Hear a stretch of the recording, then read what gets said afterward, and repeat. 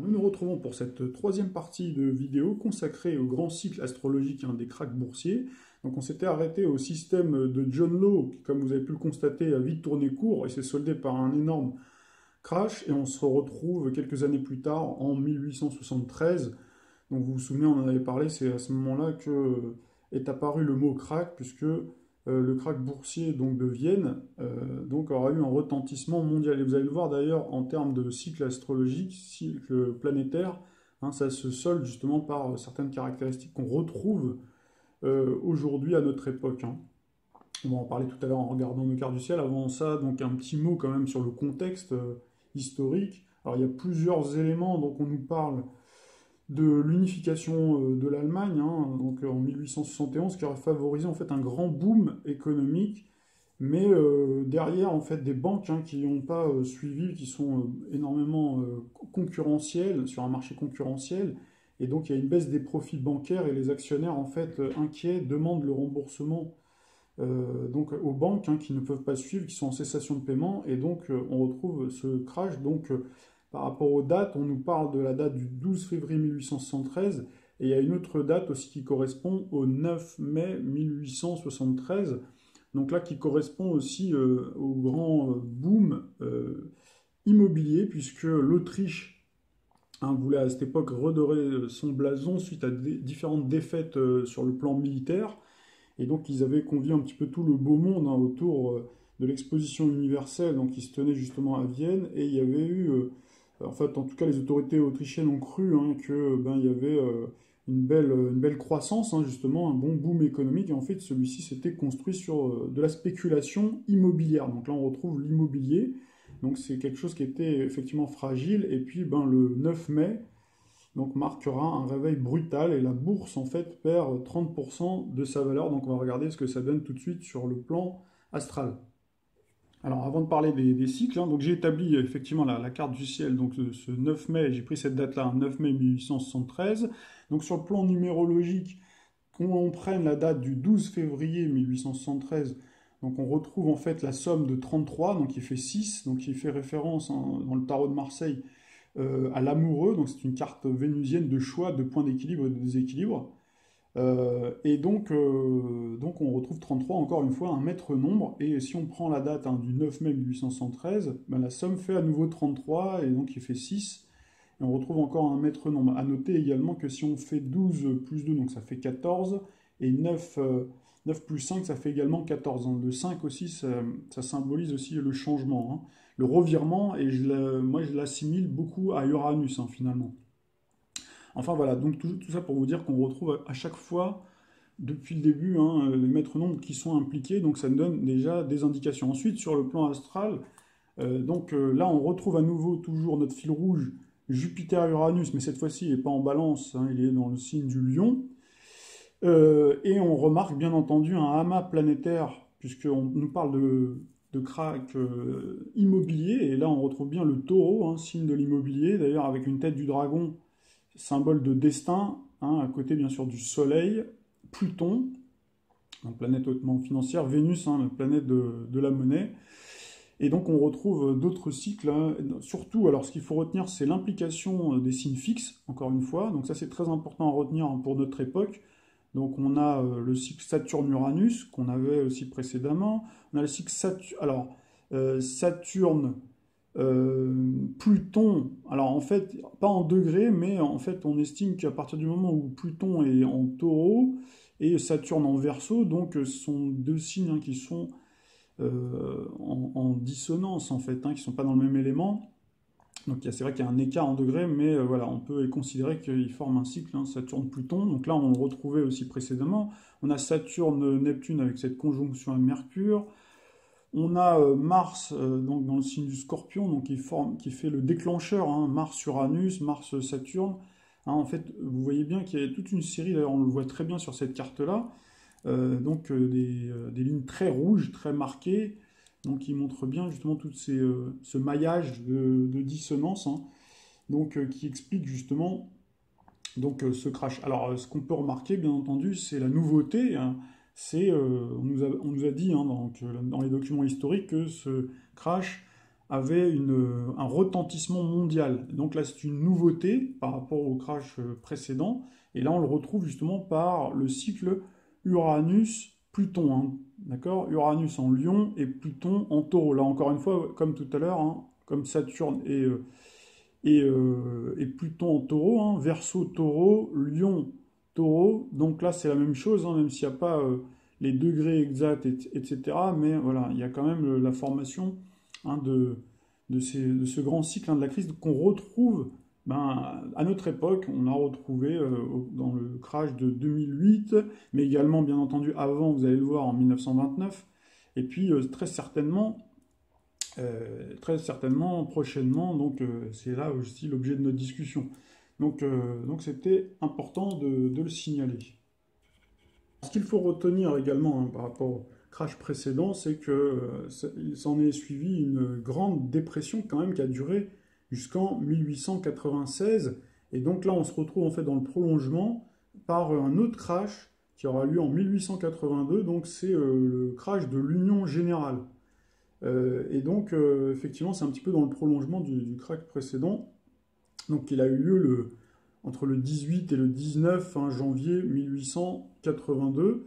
Donc là, sur le plan historique, donc il faut savoir en fait que le crash de l'Union générale, hein, c'est une grande crise hein, financière qui a eu lieu à nouveau en France. Donc comme la période de John Law, hein, dont on a parlé. Et l'Union Générale, en fait, c'est le nom d'une banque catholique française. Hein. Donc, elle a été créée en 1875 à Lyon par des monarchistes. Elle est ensuite reprise par Paul-Eugène Bontou, qui reprend hein, la succession. Donc, il en prend possession en 1878. Et puis, c'est vrai que cette banque-là fera faillite 4 ans plus tard. Et d'ailleurs, ça inspirera Émile Zola pour la rédaction de son roman L'Argent. Donc voilà, je ne rentre pas trop dans les détails historiques, ça vous pourrez retrouver sur Internet. On va tout de suite attaquer les cartes du ciel. Tout à l'heure, je me suis aperçu qu'il y a un élément que je n'ai pas mentionné, qui a son importance, quand j'ai évoqué le crash hein, de 1873, c'est que Mercure et Vénus hein, sont dans des signes succédants. Hein. Donc ça, c'est aussi important, parce que c'est à chaque fois, on le retrouve dans la plupart hein, des crashs. Donc vous allez voir, soit succédant, soit en conjonction. Hein. Donc là, on passe effectivement... Donc à la suite, alors je déroule juste en dessous. Voilà. Donc 1882, Union Générale, donc 19 janvier, 18 janvier, c'est vrai que ça varie aussi hein, par rapport aux informations qu'on peut avoir. Et donc sur le plan numérologique, et ben là, si on prend le 18, hein, 18 plus 1 plus 1 plus 8 plus 8 plus 2, ça fait 38, ça fait 11, on retombe encore sur un maître nombre. Donc ça, à nouveau, c'est le fil rouge. Alors ce que j'ai pas dit, c'est qu'au niveau financier, ça a son importance puisqu'on le retrouve dans les cartes du ciel. Donc le 18 et 19 janvier, donc 4 milliards quand même de francs lourds à l'époque, hein, donc sont partis en fumée. Et donc ce qui était colossal hein, pour l'époque, c'est vrai qu'on a du mal à se rendre compte comme ça à notre époque. Et donc on retrouve à nouveau un gros amas planétaire. Donc Jupiter, Saturne, Neptune, Pluton, donc, qui forment un aspect, là, cette fois-ci en harmonie avec Uranus. Donc on retrouve bien notre cycle hein, Jupiter-Uranus, le fameux fil rouge, hein, mais cette fois-ci encadré par tout ce amas planétaire, donc en taureau, le signe hein, de l'épargne. Le signe de l'épargne, tout en sachant que Vénus, maître du taureau, donc se retrouve en Capricorne. Donc ces deux-là, en fait, forment... d'une certaine manière, le système bancaire aussi, hein, puisque Saturne, c'est aussi hein, les structures. Et donc, on voit donc effectivement cette dissonance avec le Soleil qui s'apprêtait à entrer dans le signe du Verseau. Donc, souvent, hein, vous avez pu le constater sur le crash de la période John Law en 1720. Donc là, pareil, le Soleil s'apprêtait à rentrer en Lion. Hein. Et là aussi, pareil, vous voyez, il s'apprête à rentrer en Verseau, donc c'est au signe opposé, pour déclencher... Hein, vous voyez la dissonance, en fait, hein, le gros amas. Et donc, pour rejoindre Mercure, hein, Mercure, la planète des échanges, justement, des titres, etc. Tout à l'heure, on en a parlé. Donc, pour déclencher, en fait, cette dissonance, hein, ce terrain miné, et donc pour exploser et pour créer ce crash, on a même un quinconce, hein, donc Mars avec le amas. Et je n'ai pas dit aussi que la Lune hein, formait aussi une conjonction au soleil. Donc là, pareil, la Lune aussi s'apprêtait dans les heures qui arrivent, parce que là, j'ai mis l'heure de midi, mais dans le courant de la journée, la Lune ensuite transitera le Verseau. Donc là, on retrouve bien, encore une fois, les signes fixes qui sont impliqués, donc ça a son importance, et on retrouve bien dans le cycle Jupiter-Uranus, hein, donc qui est plutôt en bon aspect. Donc ça aussi, c'est bien de le retenir pour se dire finalement que qu'il n'y a pas que les dissonances qui provoquent aussi... c'est-à-dire que ça n'empêche pas, quoi. C'est pas parce qu'on a un bel aspect, un magnifique trigone de Jupiter et Uranus qu'on se dit, ah bah chouette, il se passera... Enfin, il n'y aura pas de crack, quoi. Il peut se passer un crack, et on l'a vu déjà précédemment. Et on retrouve à nouveau Mercure-Vénus dans un signe succédant, dans des signes qui se suivent. Alors, nous allons passer au crash le plus connu, hein. Le plus tristement célèbre, c'est celui de 1929. Avant ça, donc ce que je voulais dire aussi par rapport au crash précédent, celui de 1873, c'est que c'était un prélude, hein, l'explication, à mon sens, de cette transition et de cette mutation en fait du type de crise que l'on retrouve d'ailleurs hein, avec les significateurs Uranus et Pluton qui sont en dissonance, qui marquent le cycle des grandes crises. C'est que on était certainement pas très loin de découvrir ou de prédécouvrir Pluton. Et donc 1813, c'est pas si loin que ça finalement, donc de 1909-1914 pour la prédécouverte de Pluton, et plus tard après pour la découverte officielle, donc en 1930, le 18 février 1930, donc on a découvert officiellement Pluton dans les télescopes de Falstaff, donc de l'observatoire hein, donc, en Arizona. Et donc on se retrouve là, donc quelques mois avant hein, la découverte de Pluton, donc le 24 octobre 1929, donc on a ce crash à Wall Street, donc c'est le plus grave par son ampleur, ses conséquences, puisque ensuite on a eu malheureusement la Seconde Guerre mondiale à cause de ça, entre autres. Hein. Et le paradoxe, c'était qu'il y avait une très très forte croissance de l'économie américaine hein, dans les années 20, donc dans ces années qui précèdent le crash. Le marché de l'automobile notamment explose avec Ford, c'est-à-dire qu'il y a une grosse production de voitures. Les marchés boursiers sont dopés, mais en fait ils sont dopés sur justement la production, mais c'est vrai qu'en termes de redistribution, les salaires n'ont pas suivi. Donc derrière, la consommation n'a pas suivi. Hein. C'est souvent comme ça malheureusement que ça se passe. Et donc, voilà, le fait, il y a aussi 80% des transactions sur les actions qui se font aussi à crédit.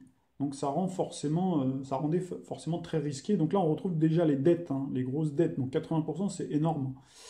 Donc de retrouver en fait des crédits donc, qui rend forcément très risqué à tout moment un retournement du marché. Hein. C'est un petit peu comme aujourd'hui, donc on va le revoir après quand on parlera de 2008, mais qu'on parle aussi en ce moment de la période dans laquelle on est. C'est exactement ce qui se passe, c'est-à-dire que là, les investisseurs sur les marchés, les traders, etc., hein, tous les spéculateurs, savent de toute façon, ils savent que c'est risqué, mais voilà, c'est plus fort qu'eux. Là, on retrouve la témérité Scorpion, hein, Scorpion qui est maîtrisé par le Pluton, bien sûr, mais également par Mars, deuxième maître, donc qui aime le risque, hein, jouer avec le feu quelque part, hein, comme un cascadeur, hein, qui sait qu'il peut risquer la mort quand il va se lancer sur la piste automobile ou les voltigeurs, là, par exemple. Et ils savent qu'à tout moment, ils peuvent se cracher, mais voilà, il faut être... comment dirais-je, il faut avoir de l'audace, il faut être téméraire, un peu comme dans le film hein, Le Loup de Wall Street avec Leonardo DiCaprio. Donc vous avez vu un petit peu comment on roule des mécaniques, comment on fait marcher aussi, on montre sa testostérone quelque part. Donc il y a aussi ça, il y a ce facteur-là qu'il faut toujours bien prendre en compte. Maintenant, c'est vrai que tous ces gens-là jouent avec l'argent de tout le monde, quoi. Hein. Enfin voilà, donc les éléments déclencheurs donc, sont là. Donc c'est vrai que le marché s'essouffle, donc les envolées des cours étaient vraiment très importants. Et il y a eu la faillite hein, d'un homme important, donc un homme d'affaires londonien qui avait une honnêteté plutôt douteuse, hein, qui avait semblé apparemment jouer un rôle déclencheur hein, dans ce crash. Donc le lundi 28, 9 millions de titres sont vendus. Le jour suivant, 16 millions, donc c'est-à-dire que les gens commencent à vendre hein, leurs titres.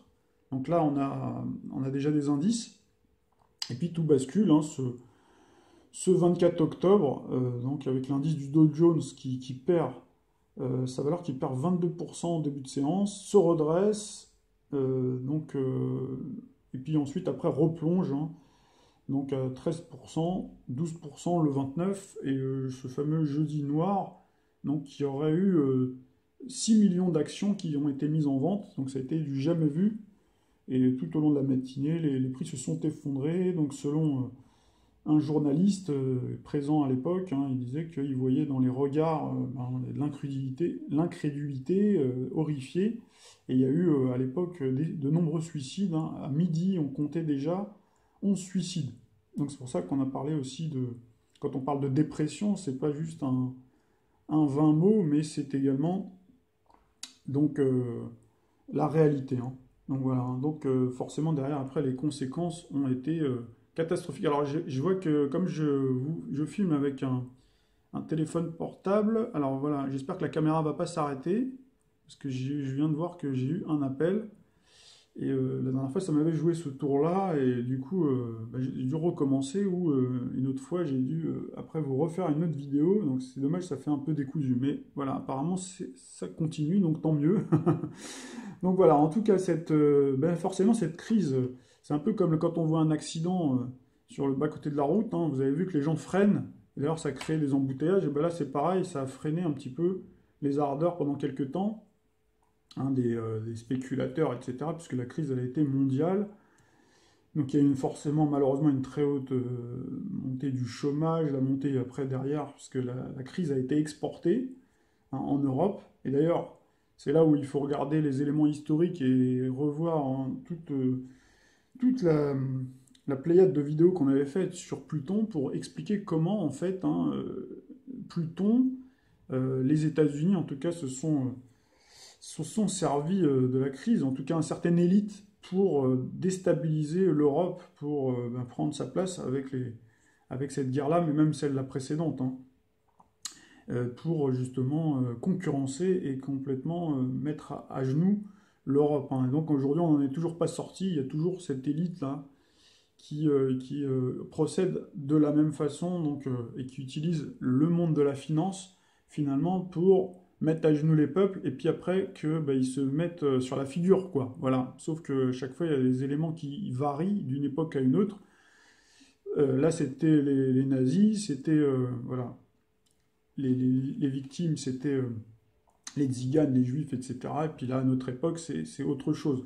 En tout cas, on retrouve sur le plan, pour revenir toujours à ce crash, donc on va tout de suite passer aux cartes du ciel. Alors, je voulais quand même vous donner aussi d'autres éléments. Donc c'est vrai que tout à l'heure, on avait vu sur la précédente vidéo, on avait vu le fameux graphique, hein, que je vous avais montré avec la poussée, donc le fameux cycle, hein, où ça monte en flèche avec une poussée spectaculaire. Donc si on remonte dans le temps, donc entre juin et le 16 septembre avant le crash, donc là il y a une grande montée. Ensuite il y a une chute le 10 octobre de 10% déjà. Donc c'est là où on retrouve cette petite chute. Une reprise entre le 11 et le 18 octobre donc 1929, 7,54%, puis à nouveau après, c'est là où il y a eu le grand plongeon, crash, 42%. Alors, on va tout de suite passer à la carte du ciel. Alors, voilà, on se retrouve donc sur notre carte du ciel. Donc, alors, au niveau numérologique, parce que aussi on peut, on fait à chaque fois, c'est un peu le fil rouge, hein, la numérologie. C'est vrai que c'est pas un élément que j'utilise souvent, mais voilà, là en tout cas, force est de constater qu'on retrouve, hein, à chaque fois des similitudes. Alors là, 24 plus 10 plus 1929, on retrouve 55, donc qui est un maître nombre. Donc à nouveau un maître nombre, bien sûr 5 et 5 ça fait 1. Donc là c'est le nouveau départ, après le crash, on se retrouve à la fin d'un cycle finalement pour en reprendre un nouveau. Et donc on retrouve donc dans notre carte du ciel le cycle de la grande crise. Donc c'est Uranus, Pluton donc en dissonance, hein, en signes cardinaux, Cancer avec Pluton en Cancer et Uranus donc en Bélier, hein. Et d'ailleurs, on l'a dit à maintes reprises, hein, à notre époque, en 2008, on le verra tout à l'heure, hein, Pluton donc qui terminait, vous verrez, un Sagittaire, mais qui passe après en Capricorne, pour avoir Uranus en Bélier. Donc Pluton-Uranus, donc on retrouve bien, hein, le cycle de la grande crise. Donc là, on voit bien la répétition par rapport à la crise précédente. Et donc, ce qu'on peut rajouter aussi, c'est que cette fois-ci, on retrouve une conjonction, cette fois-ci Mercure-Vénus, cette fois-ci en balance, avec une opposition et un carré en fait, hein. Donc là, à nouveau, on retrouve beaucoup impliqué les signes cardinaux, hein.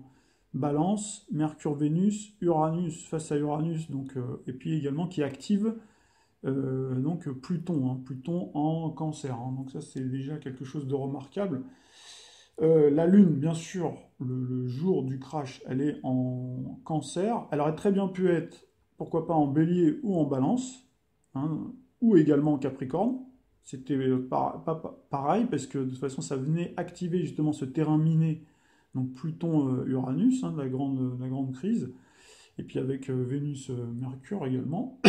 On peut rajouter également que le Soleil, ce jour-là, faisait son entrée dans le signe du Scorpion, donc le signe dédié justement à la finance, donc qui maîtrise justement Pluton, hein. Voilà. Et donc d'ailleurs on retrouve, hein, si vous regardez bien, donc on retrouve un carré, malgré, bien que le Soleil soit en signe d'eau comme le Cancer, on retrouve malgré tout un carré. Mais c'est surtout le carré donc à Vénus, Mercure, hein, qu'il faut noter, mais les deux sont liés, et puis on a également Mars, hein. Même s'il forme un bel aspect, voilà, il rentre quand même en ligne de compte. Ensuite, ce qu'on peut rajouter, alors c'est qu'il n'y a pas, ce qu'on peut remarquer, c'est il y a le cycle toujours, notre fil rouge, hein, du tout début, Jupiter-Uranus, donc qui sont dans des signes complémentaires, donc Bélier, signe de feu, et Gémeaux, signe d'air. Il n'y a pas en degrés, alors ils sont pas très loin, donc ils forment en fait véritablement un sextile s'il y avait un degré un petit peu plus approchant, mais voilà, on considère quand même que c'est un cycle plutôt à la base, comme ça, quand on le regarde plutôt vertueux. Par contre, donc on n'a pas le cycle Saturne-Pluton, contrairement au précédent, mais on a un Saturne en Sagittaire, donc qui est en conjonction, alors il n'y est pas sur cette carte du ciel-là, mais qui est en conjonction avec la Lune Noire, donc ça aussi c'est important à le noter, parce que la Lune Noire parfois apparaît souvent dans une position stratégique, hein. Et c'est vrai que si on superposait en fait cette carte-là avec la carte du ciel des États-Unis, donc du fameux 4 juillet 1776, donc à 16h50 à Philadelphie, hein, donc qui est du signe du Cancer, ascendant Sagittaire. Donc là, on retrouve bien Sagittaire, on retrouve bien Saturne, Saturne qui représente, hein, les institutions bancaires, l'État aussi, hein, on l'a vu tout à l'heure. Et donc on a bien une superposition de Pluton céleste, donc le fameux Pluton qu'on a découvert quelques mois plus tard officiellement, même s'il y avait c'était déjà un peu dans les bacs, hein. On retrouve une conjonction au Soleil des États-Unis, hein, puisque le Soleil des États-Unis, escorté de Jupiter-Vénus, donc était autour de 13 degrés de mémoire, hein, et donc on a une Pluton donc, qui est pas très loin, qui est à 19, hein, qui est dans les parages, hein. Et donc Pluton, voilà, et puis qui percute la dissonance originelle, la dissonance dans le thème des États-Unis, puisque dans le thème des États-Unis, vous avez un Soleil en Cancer, donc accompagné, hein, je vous ai dit, de Jupiter-Vénus, mais qui est aux prises avec Saturne, si vous voulez, qui a une dissonance à la base, hein, comme un terrain de fragilité de base. Et donc, en fait, Uranus, Pluton, tout, c'est-à-dire en signes cardinaux, parce que pour bien visualiser, vous avez en fait dans le thème des États-Unis Saturne qui est en balance, le Soleil qui est en Cancer, donc vous avez en fait une dissonance.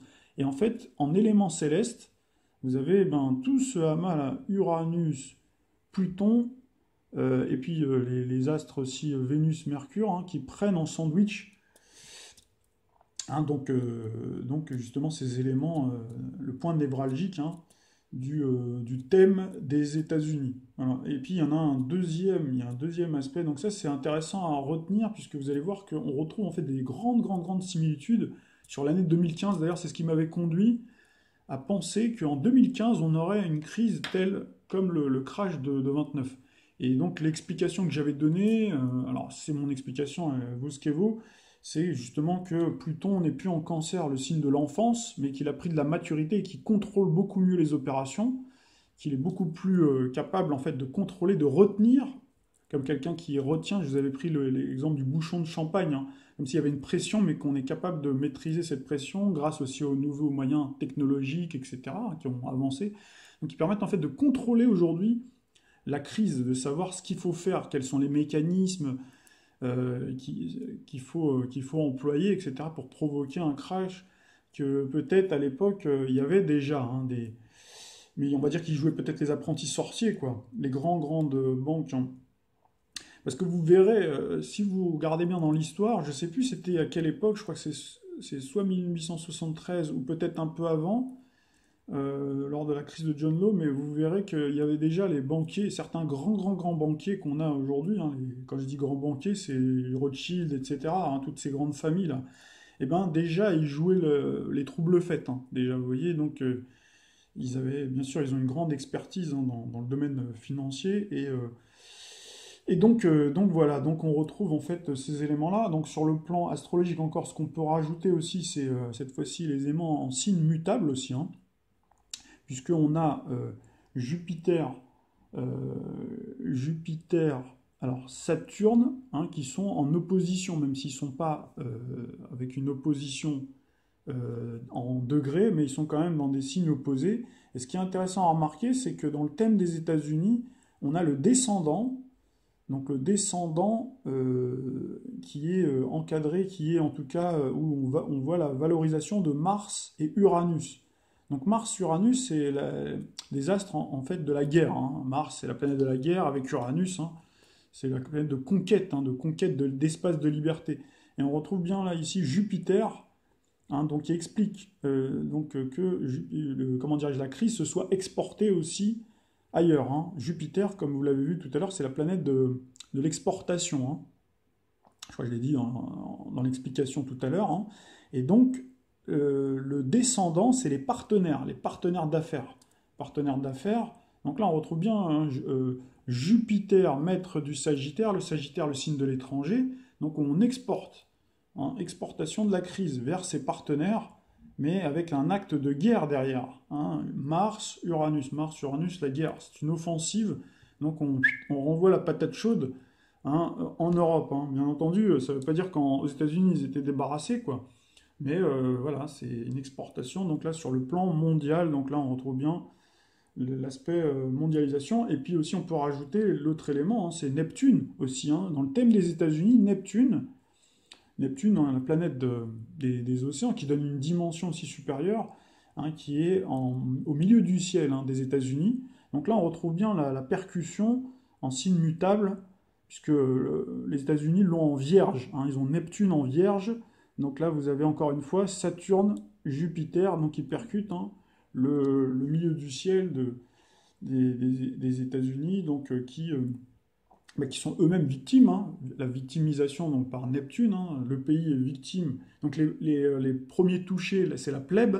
Donc là on retrouve bien Neptune, hein, la plèbe, donc qui sont touchés par le chômage, la grande pauvreté, etc. Là, il faut voir, quand on lit un petit peu les différents ouvrages, hein, que ce soit des romans ou des récits historiques, ben, on se rend bien compte, avec quelques photos, on se rend bien compte que c'était une période effectivement sombre, et le reste après qui s'en est suivi était encore beaucoup plus sombre. Voilà un petit peu pour ce volet, on pourrait encore en dire davantage.